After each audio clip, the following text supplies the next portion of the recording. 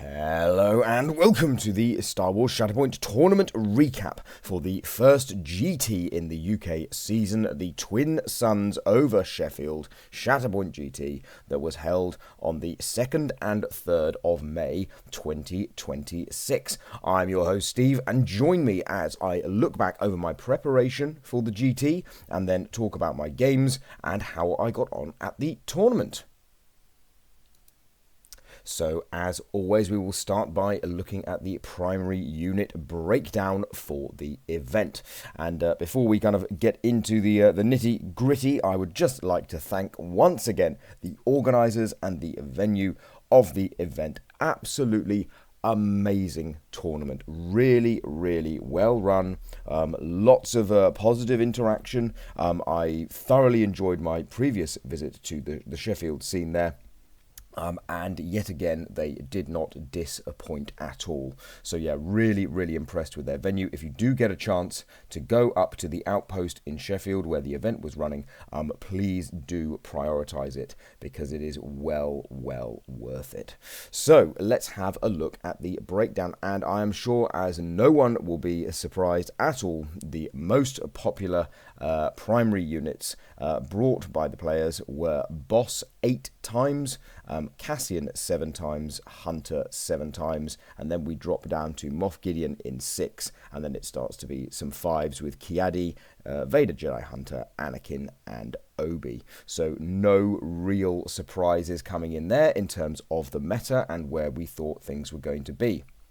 Now, there were 24 players in attendance, and so to see only 8 bosses and 7 Cassians out of 24 players is probably pretty decent for the meta, given how strong they really are at the moment. So maybe not quite as high as it could have been, but no big surprises jumping out. There were a decent range of primaries brought as well.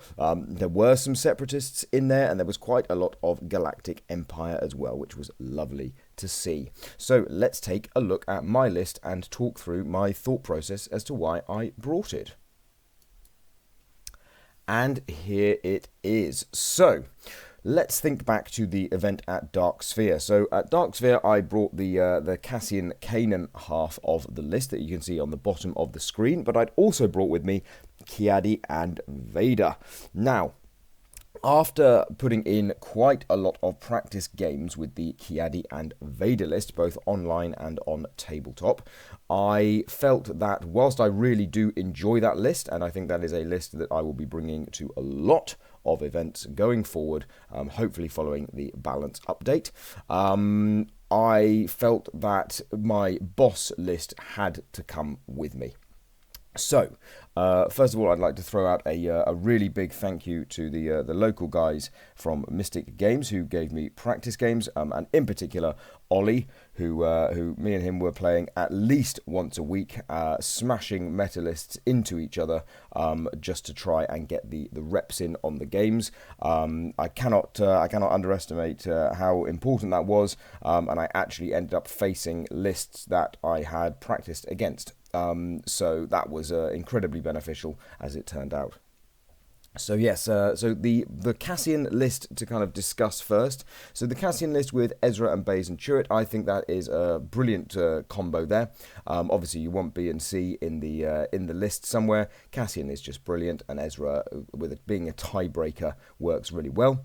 And then I experimented with Princess Leia. As the pairing to go with Cassian. Very popular choice in the meta at the moment.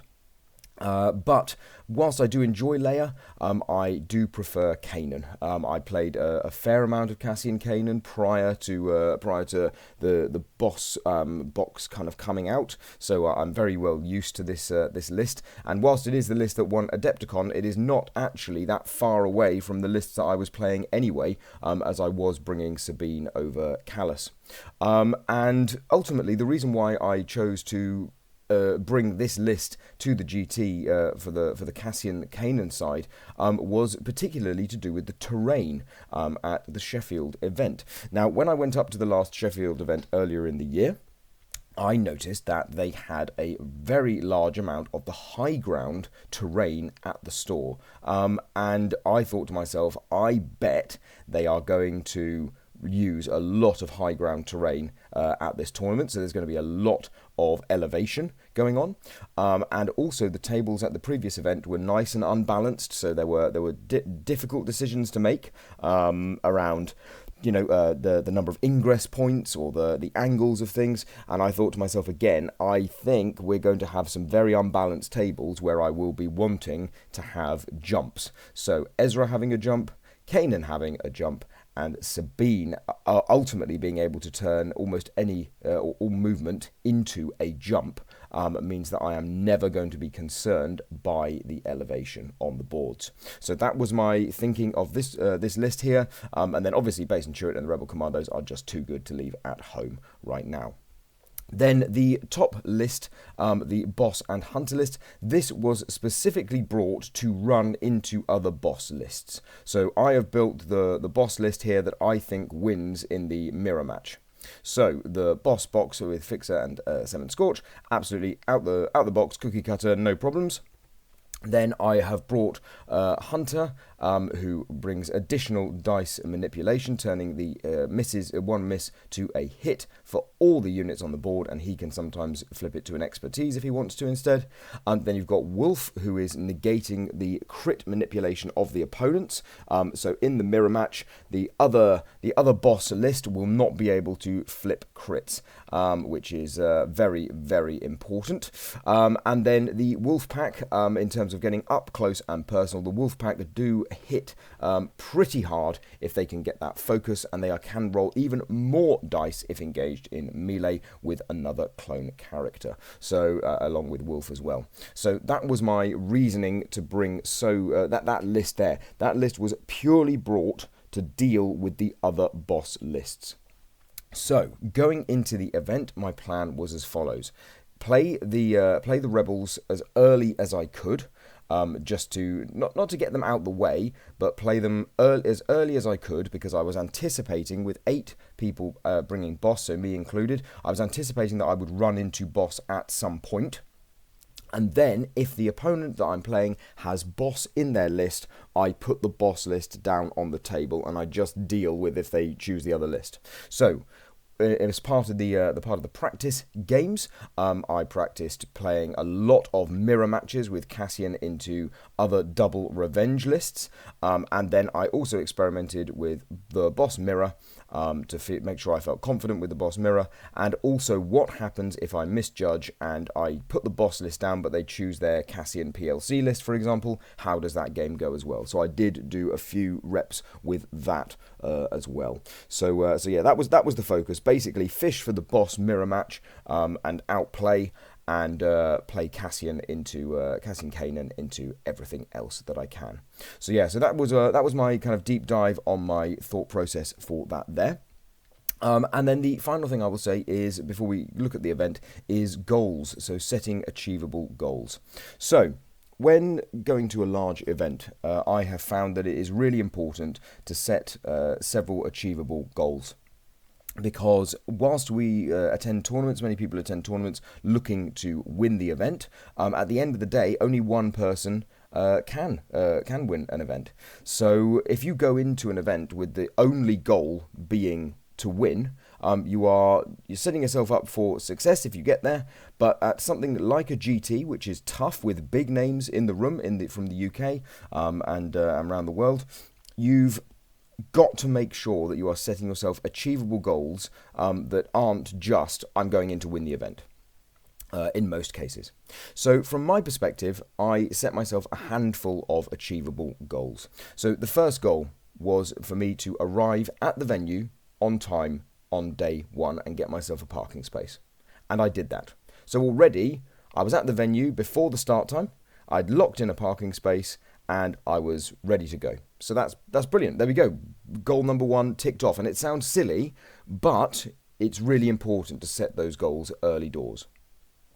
The second goal that I wanted to set myself was to make sure that I really minimized myself missing the triggers of my units, so things like coordinated fire or hunter's dice manipulation. I wanted to really, really make sure that I was reducing the error rate on those triggers, certainly through the round robin. So day one, which was 4 games on day one, I wanted to make sure that I was really, really reducing those misses to the bare minimum. And again, I'm happy to say that that during the day, the first day, I didn't miss any triggers. I don't think I did. I think I played very solid with most of my options. And with the Cassian list, I found some good revenge bits, and with the boss list I was able to remember all the dice manipulation and make decisions about whether I was using fixer dice or coordinated fire, strain from the wolf pack, etc. So yeah, really happy with that. And then the next 2 goals, which we will come to in the video, the next 2 goals were then win 1 struggle minimum in every game. So even if I go 0 and 4, take a struggle in every game, because as we are seeing in Shatterpoint at the moment, with victory points being the first tiebreaker in rather than strength of schedule, the first bit is something you can hopefully control. You have a bit more control over. So you don't have control over the strength of schedule aspect, but you do have control over how many victory points you score. And so I wanted to go in, and even if I lost all 4 games in day 1, but I took a struggle in every game, I would still classify that as goal achieved, because I was staying in the game and always trying to play for an out. So never giving up, just keeping on looking to score 1 struggle in every game at a minimum. And then the final goal was to make the top 8. Now, at the time of my goal-making decisions, there were 28 people registered, which meant it was going to have to be a 3 and 1 to go through. And on the day, 24 people made it. I think there were a couple of dropouts for personal reasons. So again, 3 and 1 is going to get you through into that second day. So that was the target for me there. That was the ultimate goal there for me there. And then if I do get to the top 8, well, after that you reset, because it's a brand new day. You reset and you set yourself some goals and you see what happens. So those are my goals there for day 1 of the event. And enough of my prep talk. Now let's move into the tournament and see how I got on. And just to show you the caliber of the boards, this board here, table number 1. Wow, what a stunning board. I walked through the door at the venue, and on the left was this table, and I thought to myself, this is absolute quality. I was really impressed. So many of the tables were of this standard here, and it really makes a difference when you are playing on tables that look good. They've been well painted. There's challenges. There's an advantage to picking one side of the table or the other. It was just fantastic. So yeah, this was table number 1 at the event. Immediately got a photo of it and sent it over to the guys in our local WhatsApp group to say, check this out. So yeah, really impressed with the boards. So on to game 1.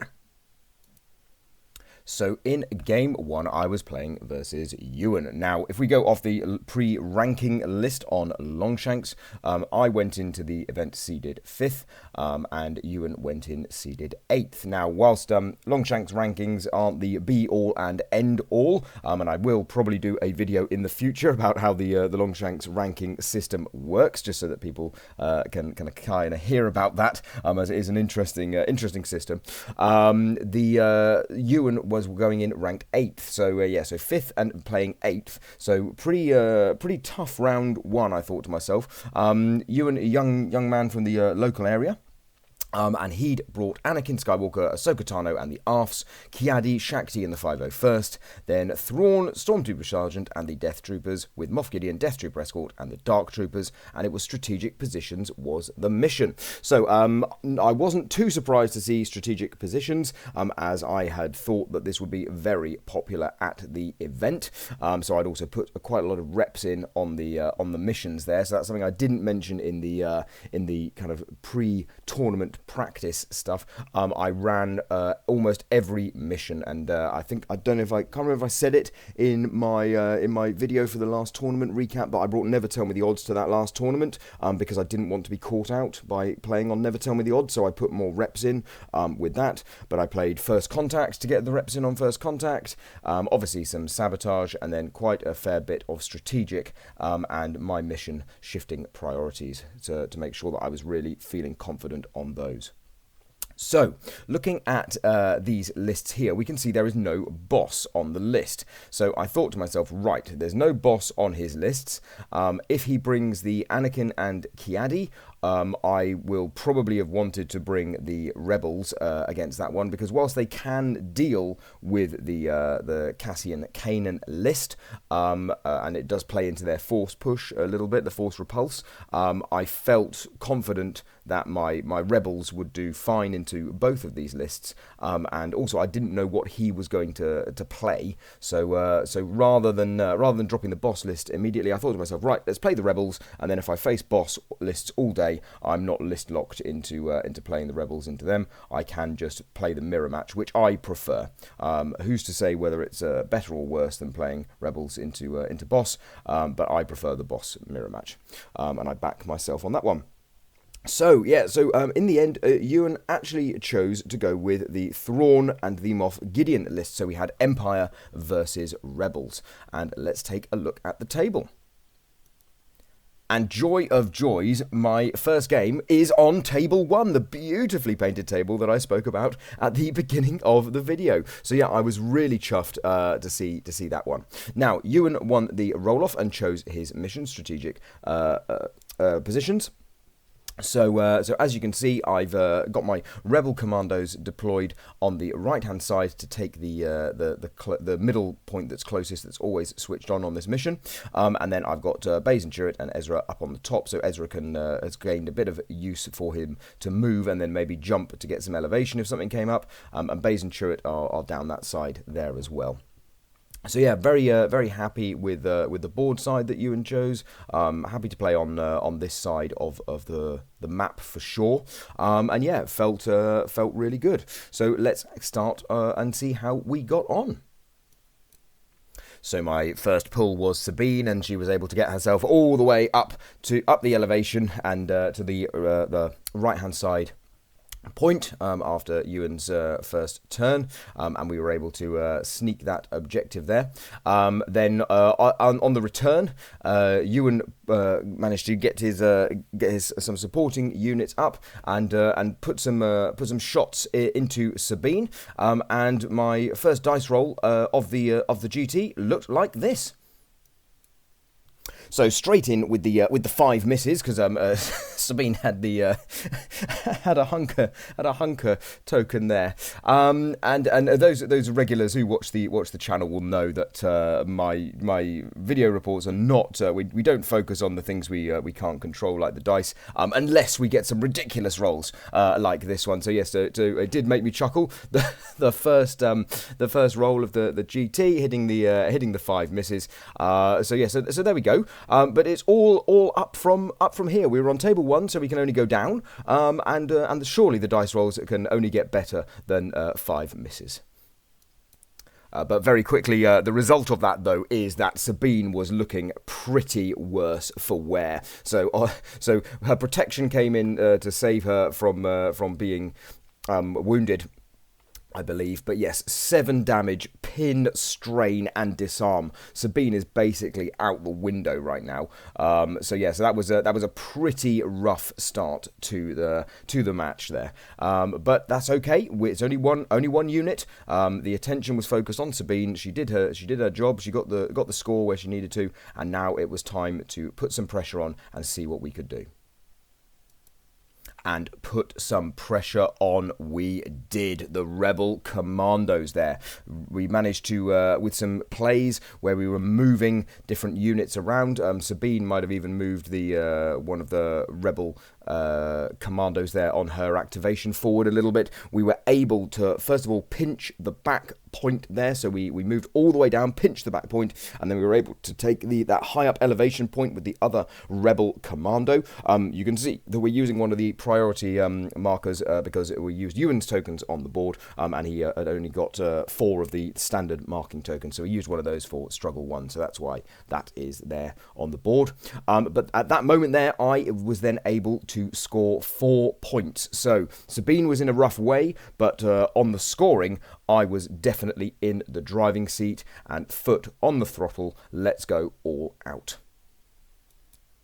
And then here we can see the results of the first wound that happened to me. So Ewan thought about doing the wound on a unit. I can't remember which unit it was right now. It may have been Sabine, it may have been someone else. I can't remember where the first wound came. But I did ask him, do you want to do the wound? And he looked at the board. Ewan looked at the board and said, "Yep, I'll do the wound." And then he went through his, he finished off his tree and all this, and he did his bit. And then I said, "Right, is it time for my revenge?" He said, "Yep, go for your revenge." And I walked Ezra off that top elevation to cancel Moff Gideon's tiebreaker there, and then Kanan jumped in to retain that as well, and gave Moff Gideon a little tap on the head. It might have actually been Sabine. I think I did attack Moff Gideon. Yeah. So Kanan comes in and gives Moff Gideon a little tap on the head, and Ewan looked at the board and went, "Oh blast!" As I managed to retain my 4 points, meaning that he only scored 1, and basically that was struggle 1 done and dusted. So, with struggle 1 done and in my favour, that means I have achieved my goal in the first game. So, I've taken a struggle. So, we are now looking to close out the game and get the win. But we've taken a struggle. So, now even if we lose the game, we are still in a position to get through into the second day and the top 8. So here is the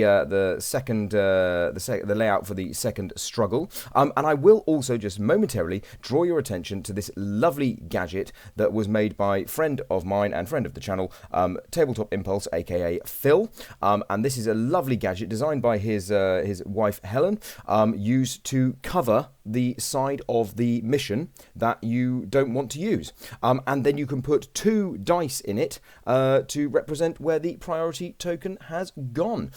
So many of you may have seen my gadget that does 1, but Phil has now made one that does 1 and then one that does 2 for the new mission, and I think it is absolutely beautiful, a really ingenious piece of kit, and if you get to play versus Phil at any event, I believe he brings them as a little gift for his opponents, and so yes, I was very, very privileged to be receiving a couple of these, and I will be using them all the time going forward. So yeah, really just wanted to highlight that there. It's a lovely idea. So, Ewan chose this layout for the mission. Both sides, on this one, it's either the kind of arc on the right-hand side or the arc on the left-hand side, or on my view right now. And so yeah, that was the decision he went for. So let's see how we get on. And here we can see early into the struggle, so Baze and Chirrut there controlling that one. Moff Gideon, who wasn't dead yet at this point, is controlling that central one there, and then the other priority is there at the back. Point there with some of Ewan's units able to get there. And yet again, I just want to compliment the terrain here and the mat. I mean, look at this. How immersive is this? How cool is this? We are playing Star Wars games on such amazing boards like this. I love the game so much. I think it's absolutely fantastic. Yeah, really, really, really cool. So yeah, just going back, looking at these photos here, I am just buzzing about the quality of the tables at this event. So yeah, very happy with where Baze and Chirrut were in terms of taking a priority point there, and good response from them as well. If I want to go down that side of the table, so yeah, feeling pretty good for me right now. Let's have a look a little bit later into the activations. Here we can see up at that top elevation point, Sabine getting herself back onto the point. I think she must have come back. Kanan's up there as well, so we're out bodying up there, 2-1. Ewan had chosen to be red, so that the blue markers are under my control there. So yeah, so Empire versus Rebels. So yeah, that was good there. So I can't remember if it was about this point here that Ewan, really lovely guy, really lovely young man, a thoroughly enjoyable game. He looked at me and said, I don't know if I can win this game. And I said to him, well, hang on a minute, you've got a bit longer in the game, like, you know, don't give up, there's plenty of time. And he said, well, I think you've just outplayed me with your revenge. And we kind of had a chat a bit later as well about why he chose his Galactic Empire, and it was because he wanted to play the Galactic Republic lists. He preferred the Galactic Republic lists, and so just kind of wanted to get the Empire. He wanted to bring an Empire list. He played it first to get it out of the way, so that he could then go and enjoy the Galactic Republic for the rest of the weekend, which is exactly what he did. So yeah, he played all his other games were played with the Galactic Republic list there. So that was his thinking behind it. But it was really really kind of him to say that he was definitely in a difficult situation at this point. But all was not lost, as he did manage to flip and score a bunch of points in a turn later. And it was this turn here where I actually go down. I lose. I think I lose Baze and Turret at this point. And so Ezra's outbodied there. And this ultimately would be the point where the game was decided. This back point here, and I think I had an opportunity with Ezra to win the game if I got the wound with him, because if I wound the supporting unit, then I would get the double momentum for the wound, because of this helmet is the property of Ezra Bridger on his card, but I wasn't able to, so the game did continue. But yeah, Ewan was definitely fighting hard for it and did score 3 at this point of the game, but then I was able to capitalise and swing it back. And here we can see the swinging return. So I think it was Baze and Turret came back to life, got a wound. Cassian had moved up there with a revenge, I think, at some point to take that point as well. So you know, things were really shaping up for me here. And then the final play of the game we can see in the next photo. And I think it was Baze and Turret getting the wound. I can't remember if it was Ezra or Baze and Turret. There was another way of me winning as well. I'd actually flipped Kanan the card before, decided it wasn't Kanan, reserved him for 2 with Moff Gideon. But after the game, I actually realised that Kanan would have also done the job because of where he was positioned. So I had two ways of winning the game. I just didn't realise that Kanan had the option until I thought about it a bit later. But yes, that meant that I did take the game, and it was a 2-0 win, with me getting 5 wounds to 2. So yeah, really happy with that performance there for game 1. Felt that I'd played well, felt that I had remembered my various triggers. I was happy with where my revenge was going. Obviously, there will have been some micro errors in there, but nothing too serious, and it felt like a really great start to the weekend. So yes, so game 1 in the bag, 1-0, putting me 1-0 along with 11 other people, so 12 of us on 1 win. So now into round 2. And round 2 was versus Liam. So before we kind of dive into the list, Liam's first game had gone to time, and he also had his young boy with him there playing as well, which was great to see. Great to see good participation from young players as well. And so the start of the game, he kind of had to get over to the table. We were sorting bits out. You know, it was a bit of a rush because you're straight into the next round, basically, having gone to time on round 1. And then his son had unfortunately muddled his cards up, so he needed his dad's help to sort out what units were in what squads. So that was a bit of a delay to us kind of kicking off our game. But the lists that Liam had brought were Grand Inquisitor, Third Sister, Fifth Brother, Iden, Death Trooper Escort and ISF, Moff Gideon, Boba Fett and the Dark Troopers, and then Krennic, Death Trooper Specialist and the Shore Troopers, with shifting priorities as well. So when I saw this list here, I thought to myself, okay, so he's got quite a lot of damage output, and I do want to play my boss list so I'm not list locked at any point now. And having avoided boss twice and Cassian twice, I thought to myself, this is probably the best opportunity to drop the boss list, because Empire want to do damage, and the one list that can really kind of counter that damage output and do more is a boss hunter list, in my opinion. And the other thing that really swayed my decision was the fact that he had also brought shifting priorities. So it meant regardless of the roll-off, we would be playing on shifting priorities, and boss loves shifting.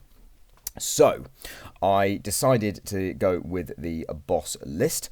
He also got rid of his list lock by playing Iden and Krennic into me, so that was good there. So he also chose to not be list locked. I'm not sure whether Liam particularly enjoyed seeing my two list options in terms of me bringing hard meta to what I would regard as one of the big four events in the UK. There are only 4 GTs. I want to perform well, so I'm going to bring the meta lists. So yeah, I'm not quite sure if he was prepared for the meta in that sense, but great to see Galactic Empire hitting the table and him having a good time playing them. So let's have a look at the game. So Liam did win the roll-off, kind of unfortunately, I would say, for him, because that meant that that I get to go second on shifting priorities, which as a boss player is pretty sweet. Obviously the far right-hand side middle objective is actually on as well. I've just got the photograph before that one got flipped. And yeah, so this is the layout of the map. And I will preface the first opening turns by saying, after shuffling my cards quite thoroughly whilst waiting for Liam, I was chatting with the TO. I shuffled my cards, my order deck, thoroughly while waiting for the TO. I then shuffled them again when Liam came back to the table. Offered him the deck to cut, which he declined. And then my first 3 cards were Shatterpoint, Fixer, and then Boss, which is pretty great if you are a boss player. So yes, I did offer the cut of the deck to him. He did decline it, and we did have a little, a bit of tongue-in-cheek, a humour, banter about it as well. But yeah, so that was just a bit unfortunate. But it was basically pretty much the perfect pulls for me. So to get Boss or the Shatterpoint first is amazing when going second, and then Fixer I didn't mind at that point in time, as you'll see in the game. And then Boss again immediately, just pretty brutal really when trying to out-bully the opponent. So let's have a look at the first couple of turns. So we will just whiz through the first couple of turns because that's basically what happened. Flat out the box, Boss gets himself up there. We bomb a point, 7 Scorch go forward, and we nail one of the Death Trooper. I can't remember whether it's Escort or Specialist. He'd done a lovely paint job to distinguish between the two, and drawn some lines on the cards as well, so he could distinguish between which ones are which. So it was very, very clear on the table which one was which. I just can't remember right now. It being 2 days after we played this game. And the other thing which was really cool was all his models had something lighting up on them. So like the guns were lighting up where they were shooting, and I think the lightsabers lit up on some of his other squads as well. So that was really cool to play against. So the photos don't do them justice, but they were a really nice paint job with some cracking LEDs in there as well. So yeah, we came out the blocks, we smash up the first unit, and then immediately we just keep the pressure on, and before you know it, we are scoring 4 points a turn. And here's the Fixer turn, breaking the ties in the middle, and just keeping control of that point. And then Boss went sideways to the other point. So yeah, we were scoring on his activation. So we're scoring 4, and basically I think it was 3 or 4 cards, and Struggle 1 was mine. So it's a very standard. Yeah, I think it was 4 cards. So it's a very standard Boss beginning to a game where you're trying to out aggro the other person with no revenge. It's very, very, very easy for Boss just to take control, as I kind of expected at this point in time. So yeah, we blinked and we made our way into Struggle 2.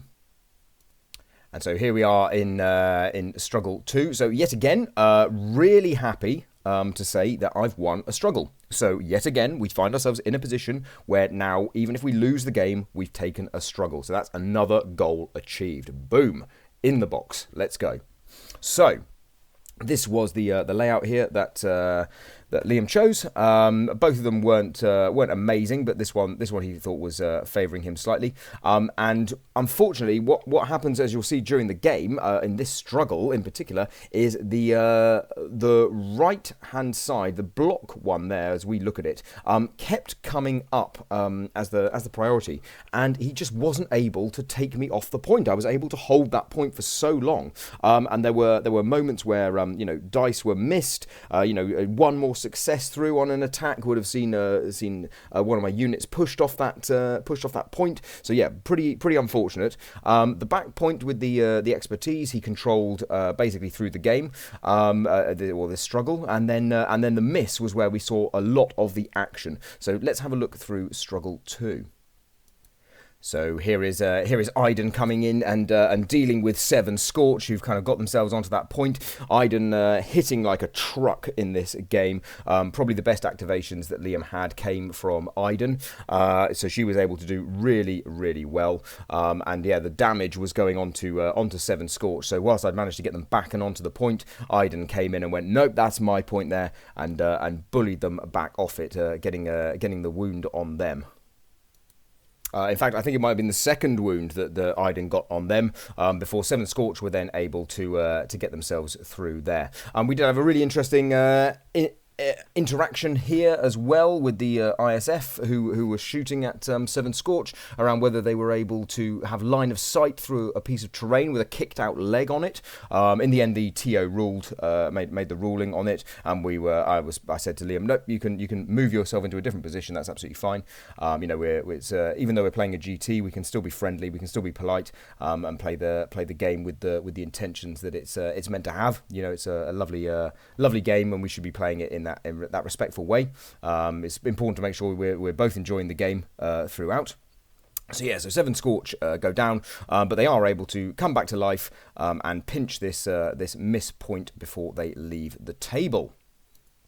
And there they are, dead and off the board. It was the only time that a unit was taken off the board completely for me in these competitive games this weekend. So that was quite intense. But I did weigh up the options and thought that it was worth going with 7 Scorch at that point in time to secure the point, as I felt that it really put me in the driving seat to win the struggle and therefore take the game.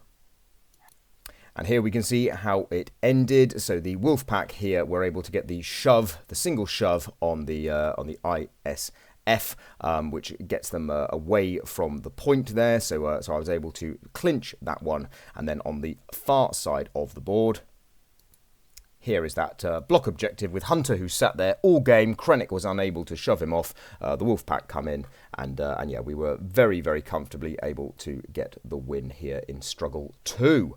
So, really happy with my performance in this game, and a really positive result. So, again, I scored 5 wounds. I think it was 5-4 in this game. So, scoring 5 wounds again, really good. 2-0 again, meaning I'm on 2 wins now for the event. I've also stopped myself from being list locked going into the next games. So overall, I felt really, really pleased at this point in time. There were only 6 of us now on 2 wins. Some big names up there in the 2-0 bracket. So over lunch, just chilled out, tried to, had a chat with a few of the guys. Really nice conversation. Had a burger and chips from the kind of pit stop cafe that they've got there as well. So that was really, really tasty. I think it was about 11 quid for burger and chips, which I thought was absolutely fine. It is a closed market, but there weren't many options around. But I knew that was the case, and yeah, really, really happy with the food. It hit the spot exactly, and yeah, felt really energized and ready to go into round 3.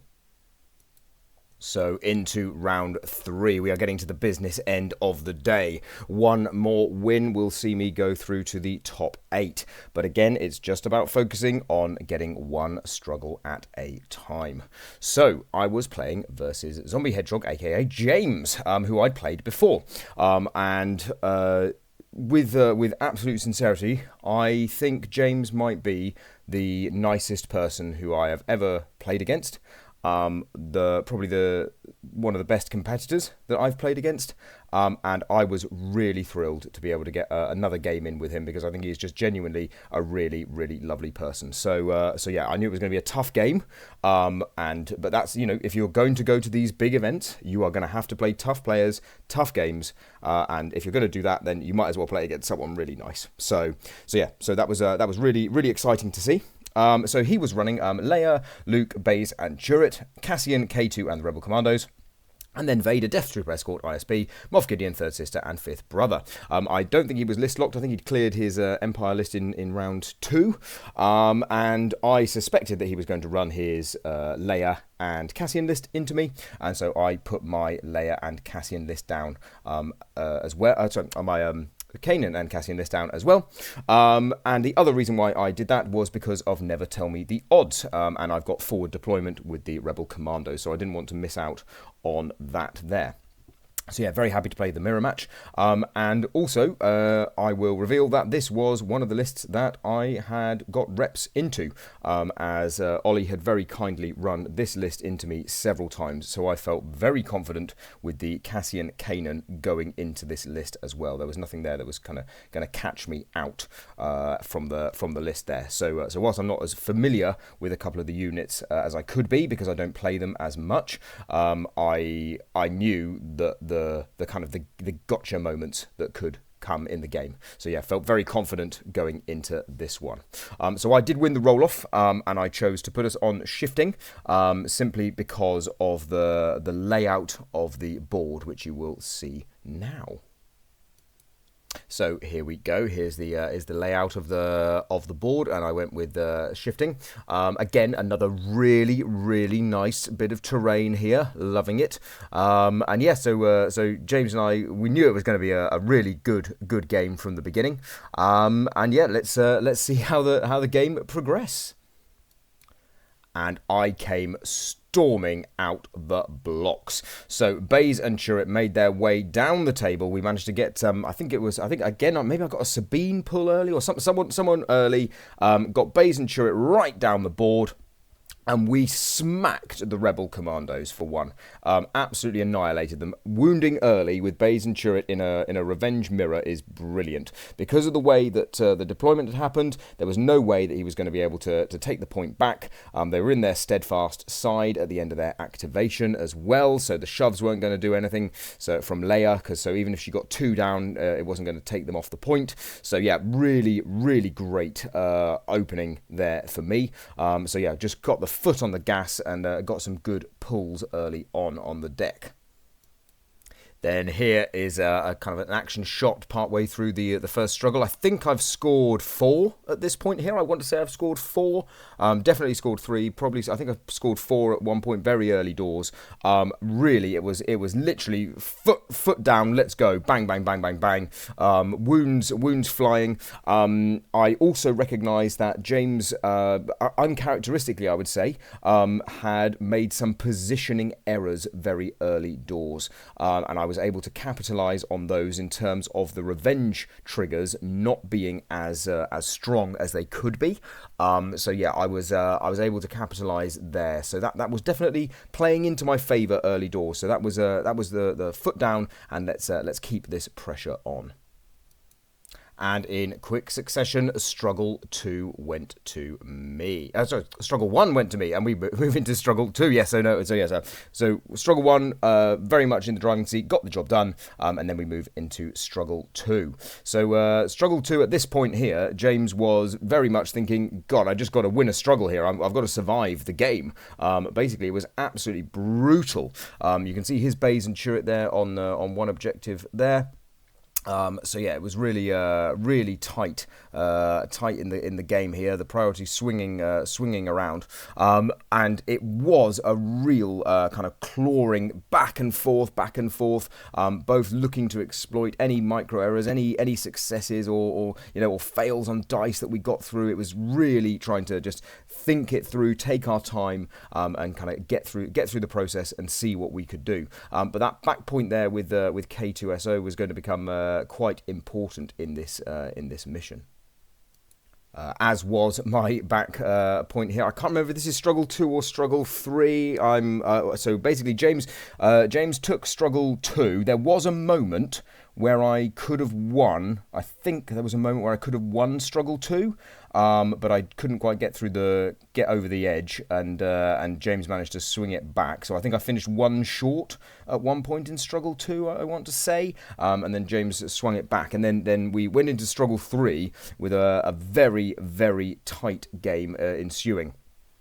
Mission Critical was on the table as well, so it was and time ticking along. So it was really, really intense at this point. Both of our heads were certainly hurting as we were trying to find the plays and find the angles that were going to get us a victory in this game. Kanan here getting a shove on K2 to take that point there was an important moment in the game. We could have also spent the money for the force push, the force for the force push if we needed to. This was struggle 2. I've remembered now this was struggle 2 because I flipped Kanan into his melee stance. So Kanan ran the whole weekend in his range stance, pack leader stance, and I flipped him because I needed to get the shove on 1, and I needed the additional dice because that was going to score me the point there. So yes, that was a very interesting moment there. We did have a good discussion about it at that point there. But yeah, the game was ticking on and we were rapidly approaching time, and James and I basically said to each other, well, we know what we're going to be doing for the next few activations. We had about 10 minutes left, and we said, right, we're just going to play some quick activations, very straightforward, score, and kind of just see what happened. And here is the final activation of the game. So let's set the scene. The TO has come over as I've started my turn. I've flipped Ezra, and the TO has come over as I've started my turn and said, right, time is up. This is the last activation. Now, we are both currently controlling 1 objective each. I'm controlling 1, and James is controlling 2. He's controlling the middle objective, which is at the very top of that elevation there, and I'm controlling 1. James is controlling the back one. So, to win the game with the at this point in time, with it having gone to time, I need to control that middle objective there to take it. I'm pretty sure there were 2 bodies on the back point there, so it wasn't an option to go backwards and go that way. I think it was the sensible option was to go with Ezra, look for the push on 1 result with Ezra, which will push K2 out of range, and then Ezra can take a climb action because K2SO will be out of engagement. I'd looked at the measurements. K2SO will be out of engagement, and Ezra can then make the climb, break the tie up at the top there, scoring me 2 objectives. So all I need is 1 success to go through from Ezra. We roll the dice, and this is the result.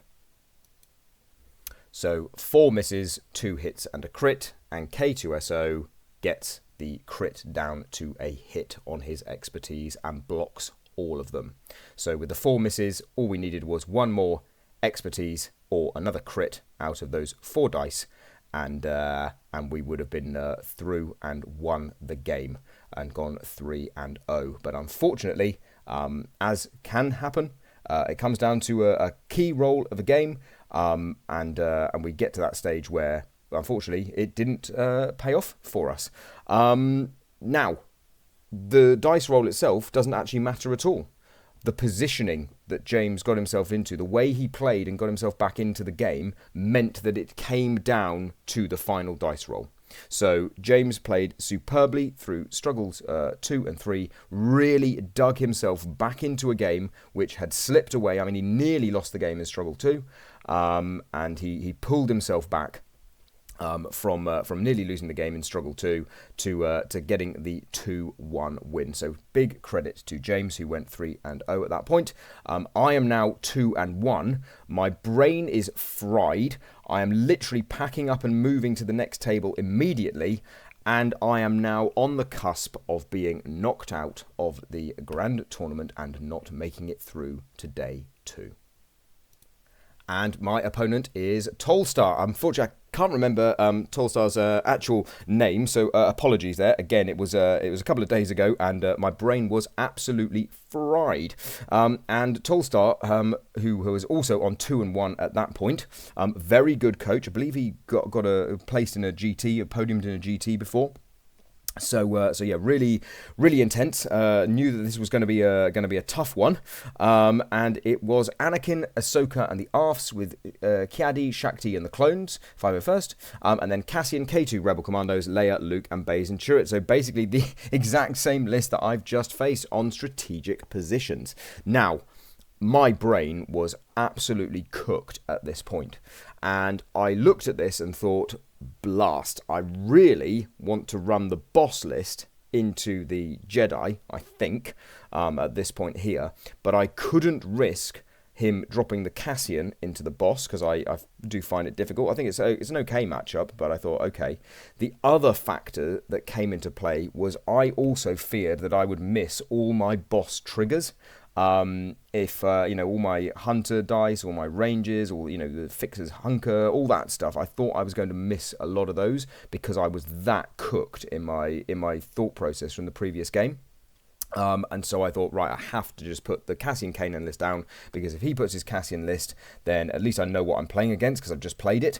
At least I should remember all my triggers, because I've been locked in on that for the last couple of hours. So I've played that for the last 2 hours. So that's why I went with my Cassian Kanan list. And he actually went with Anakin and Kiadi. And I said to him at the end of the game, if I could have known in advance that you would have gone Anakin Kiadi, because he wasn't list locked, if I'd known in advance, I would have probably wanted even more to put the boss list down. But yes, I stand by my decision to go with Cassian Kanan, as that was fine. So he won the roll-off and chose strategic positions. And here we are on an Ewok board. So I play a lot on this board, as one of our local guys has the same print. So was very used to this. The board layout looked as it did. My Rebel Commando, both of them are on the active points there. One is kind of literally camouflaged into the base of the tree there on the right hand side. So yes, I am on both those points there. The bridge where the one is on elevation on the right hand side, that was a very rickety point there. The bridge was wobbling. So that was a bit unnerving, as there was a lot of action that happened up there. But yeah, Tol came out the blocks and absolutely annihilated me in Struggle 1. So let's have a look. So here we are, a couple of activations in. Ahsoka has taken, I think, 1 damage at this point from 2 attacks, 2 damage from 2 attacks, something like this. And Anakin comes in, slices the commandos into pieces. Kanan gets up there to try and make a nuisance of himself, can't do much. Anakin's moving around, absolutely on fire. So first of all, Tolstar played really well. This early struggle played really, really well. Second of all, my brain, I cannot tell you how fried my brain was at that point, and I was just replaying in my head the final activation and thinking, what the heck could I have done? What the heck could I have done differently? Is there better options? Are there different things? This, that, and the other. So yeah, that was definitely running through my head there, and I felt, Tolstar was an absolutely wonderful opponent. Please do not take this badly, but in my own head, I was like, I'm out of the GT.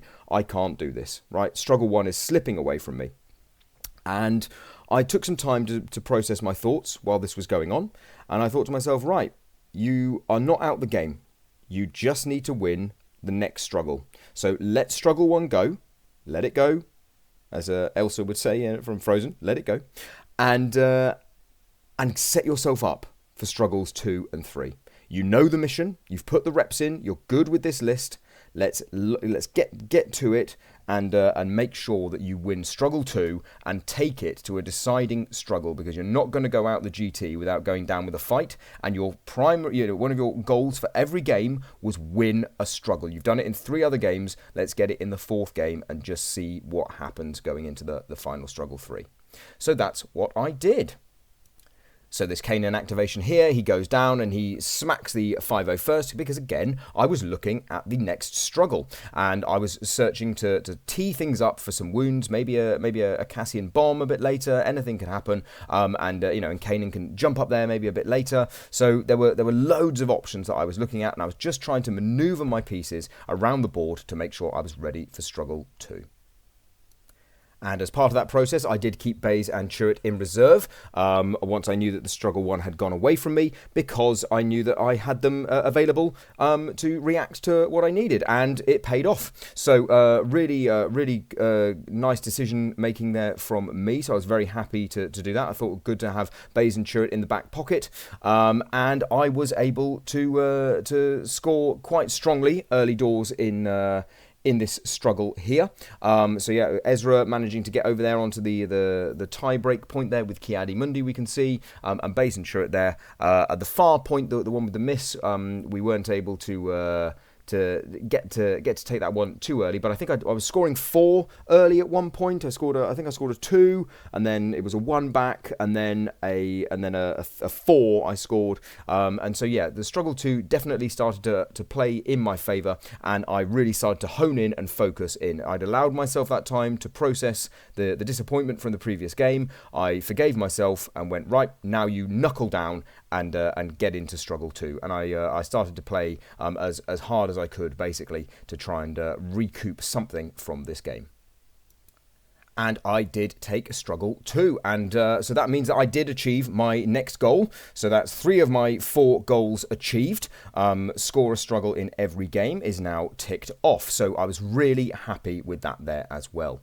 Now on the flip of the card, so in the top corner that's clipped out of the photograph there, Kanan was sat on that point. Sabine is on the diagonal there, and so Tol chose the opposite diagonals as he was able to have control over those. And immediately out the door scored 5 points, and that was absolutely brutal. So I did look at the board and I thought to myself, right, how am I going to get myself out of this one? But scoring 5 points on the new mission, because he controlled both priority objectives, was really, really tough. But again, I just knew, let's just play 1 activation at a time, play to see if you can score 2 points every time, stick with it. And then mission critical appeared as well during that time. So it was definitely a bit of an uphill battle, but I had not resigned myself to being knocked out yet. And I found a play with Bays and Chirrut, which enabled me with some very lucky dice rolls. I did need to get lucky at this point, but I said, right, if that's what I have to do, that's what I have to do. I did manage to get the double shove on Shakti on this one here, pushing Shakti off the point, scoring 1 there, and I scored another point with Bays and Chirrut, wounding the ARF troopers as well with Chirrut away. So that was good. So I stayed in the game as much as I could, and then I think it was a Kiadi pull for Tolstar. Or possibly it was an Anakin pull. I can't remember. But this is the last photograph I have of the game. But this wasn't the final play. This is the last photograph I've got. But the final play of the game saw Tol just needing to control 2 of the 4 objectives. Didn't even need to score 3, just needed to hold 2 objectives, as mission critical was going to give him the win. That 5-pointer at the start of the 3rd struggle really did the damage for me in this matchup. So yeah, at that point in time, I was really, I was happy to have got the struggle. Tol was a lovely opponent, and again, really lovely opponent. We had a great chat after the game. Again, it took a couple of minutes to kind of process it, because I thought, right, I'm out the GT now. I haven't made the top 8, which I was quite disappointed with, especially being so close in game 3 there. So yeah, but I felt overall I was happy with how I played. I forgave myself for allowing the first struggle in this one just to go and process my thoughts, as I said. But Anakin came out the blocks and just sliced me to pieces. So and the revenge just couldn't do anything in this game. So yeah, absolutely fine though. Felt very happy ultimately once I'd taken a bit of time to process it. And as we were packing up, Tol had been keeping an eye on the results, and I was just packing up my stuff. We were chatting away, and he says to me, "Well, hang on a minute, mate. There might be a chance here. You're currently in 8th position." Because of your tiebreakers and your strength of schedule. And I said, well, okay, but that's there's Phil. Phil was ahead of me. Phil had also gone 2 and 2, but Phil was ahead of me on that. And I said, I'm pretty sure it's only 3 and 1s will go through. And we kept on packing up, and the last 2 games concluded. And then I hear a shout across the room. and it's Phil, Tabletop Impulse Phil, shouting over to me and saying, Steve, check Longshanks, you lucky boy. And I looked on Longshanks, and by some miracle, my strength of schedule had improved in the last 2 games. I think it was because my round 2 opponent won and his round 3 opponent won, meaning that my strength of schedule bumped me up, and I'd got the maths wrong. There was 1, 2, and 2 that could make it through into the top 8, and I had done it by scoring a struggle in every one of my losses. So the last 2 games, by scoring that struggle and staying in it and just focusing on getting that, I'd got the victory points, and then my strength of schedule had pulled me up as well. So I was very sad to see that Phil didn't get through to the top 8. I would have loved to have seen Phil get through, and his wife Helen as well was very close to getting through to the top 8 as well. So would have been brilliant to see one or both of them go through. But yeah, out of nowhere, I was given a lifeline and squeaked through into 8th place to make day 2 of the GT.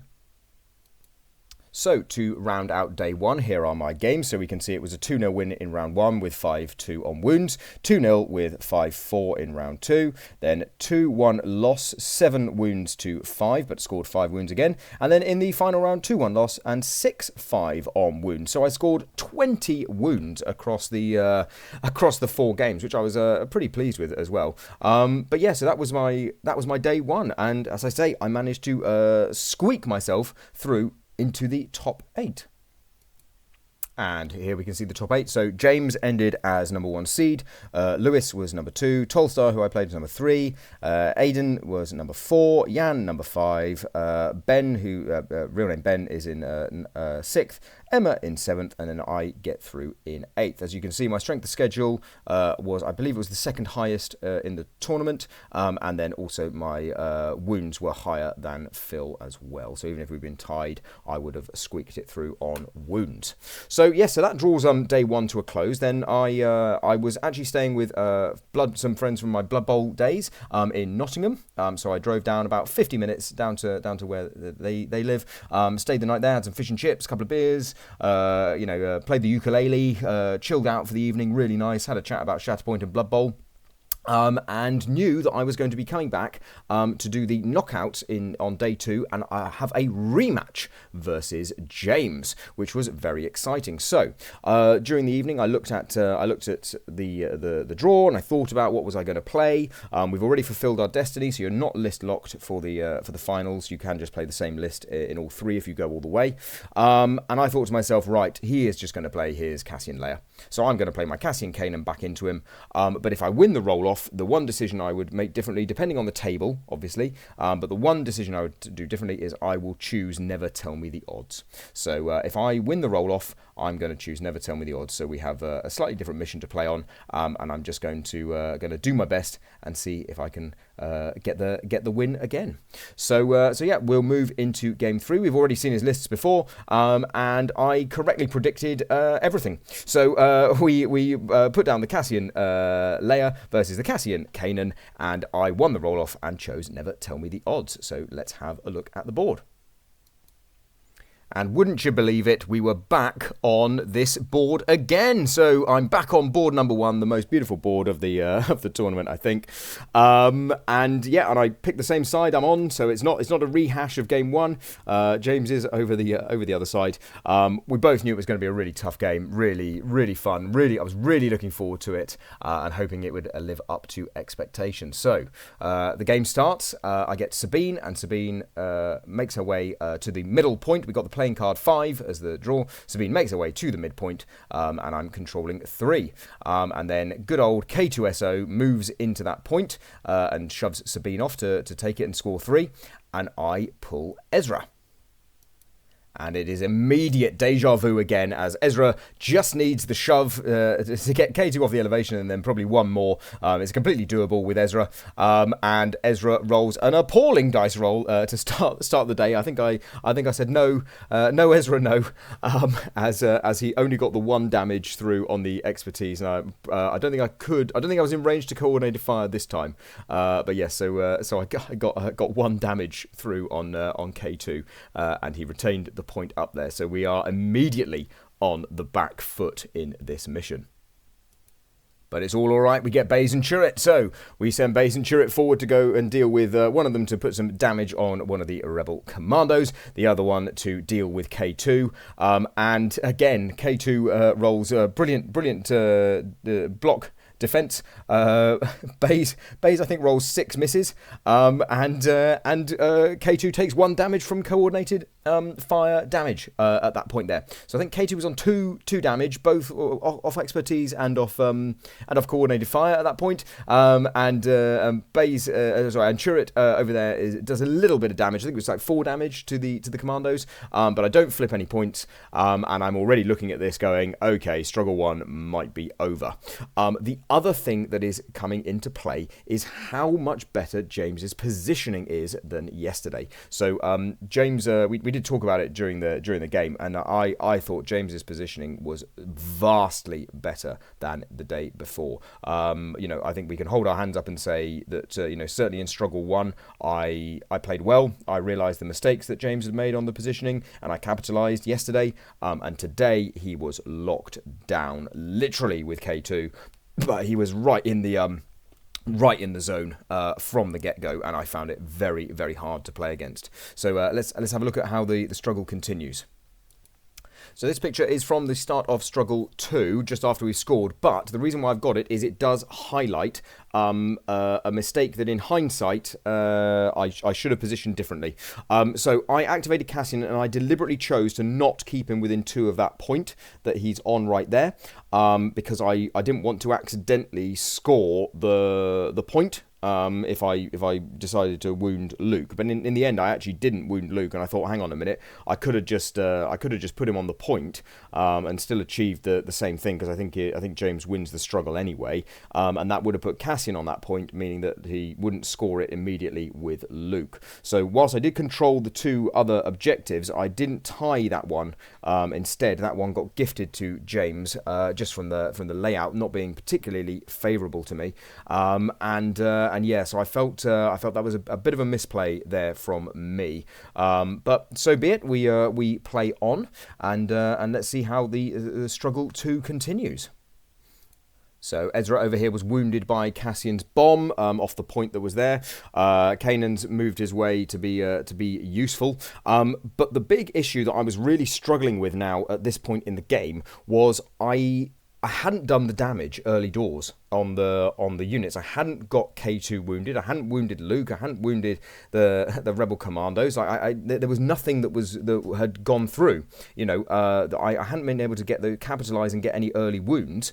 And now we were in a situation where if I was needing to shove people off points, I was going to kill them in the process, and then, because of James's great positioning, he was going to retain the points. So I was finding myself really, really stuck in terms of what to do, and it was that mixture of, yes, the dice rolls didn't go in my favour. However, the good positioning, the really strong positioning play from James and the understanding of his list and his improvements from the day before meant that I was now in really big trouble. So whilst I was scoring, when the priority point wasn't going my way, I was in some really, really big trouble.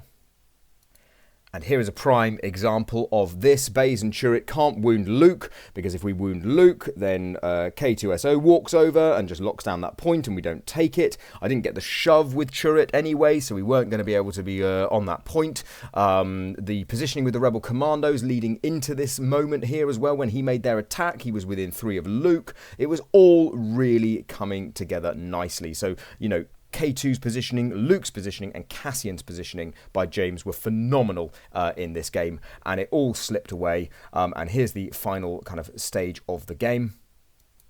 And so we end with this beautiful shot here. It's a complete misplay from me as well. Kanan shouldn't have jumped up on the elevation for that point. He should have been down on the bottom just because of the order deck. But I don't think it would have mattered at all. And ultimately, with my Rebel Commandos activation that I get, I'm not able to take the point. He's positioned turret perfectly on the gantry there. I'm not able to take the point, and in one deck, James wins the game. And I was really chuffed for him. And I said at the end of the game, ultimately the dice rolls do what they do. The mission card didn't necessarily favour me particularly well either on the second struggle. But ultimately, what does it is the fact that he outplayed me positionally. And he was able to capitalise on those moments when it goes wrong. He was in a really strong position. So there we go. So, I mean, thinking back over the event now, I can't be disappointed. I achieved all my goals. Got to the venue on time. Remembered my triggers.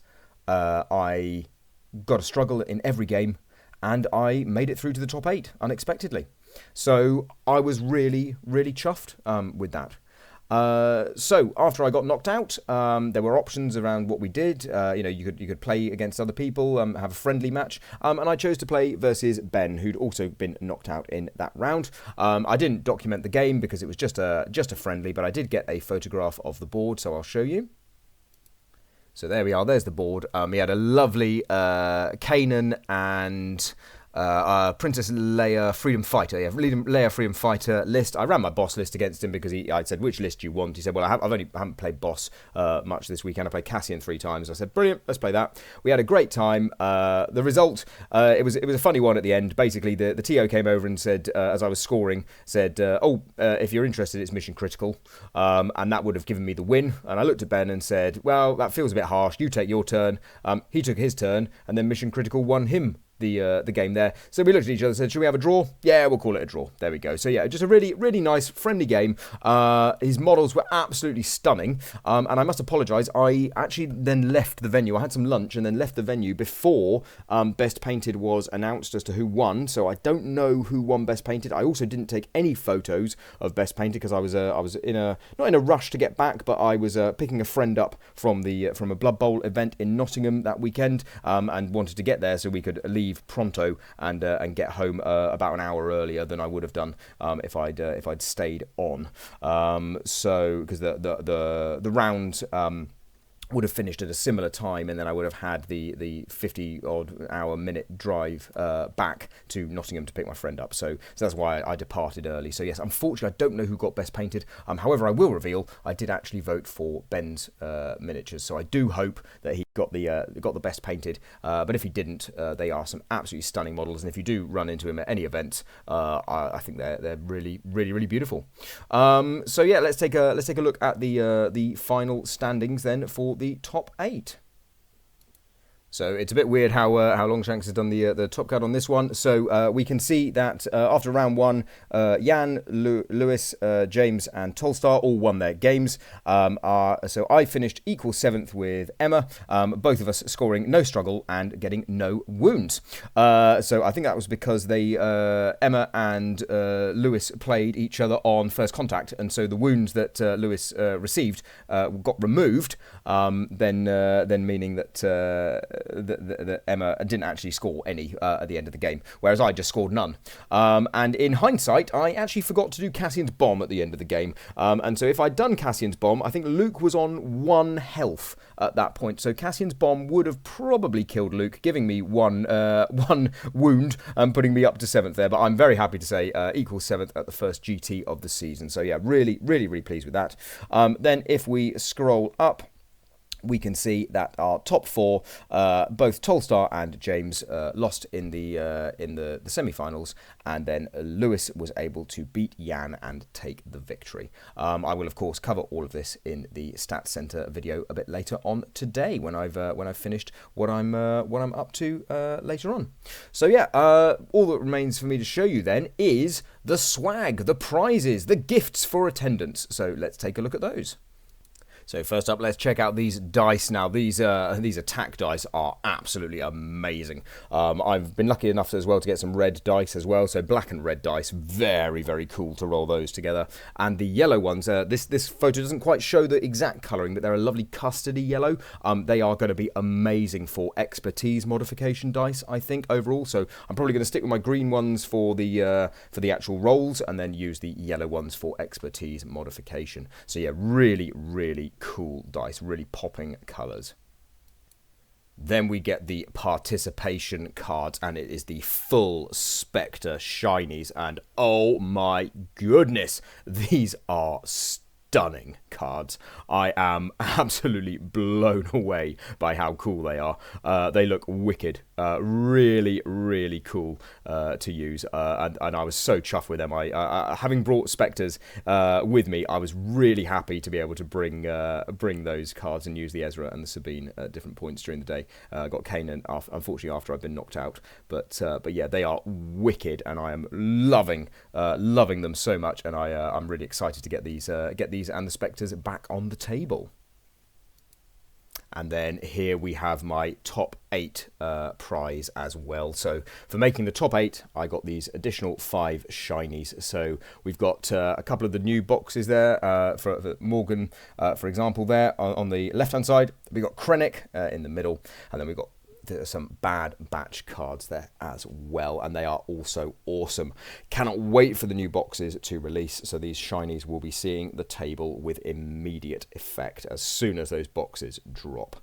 So yeah, really, really, really chuffed with the weekend, and ultimately I just want to say again, it's down to the venue, down to the players that I faced. Played some really, really lovely games. The local scene up there in Sheffield is wonderful. Particularly, Ewan, James, and Tolstoy, who I played. They're all local up there.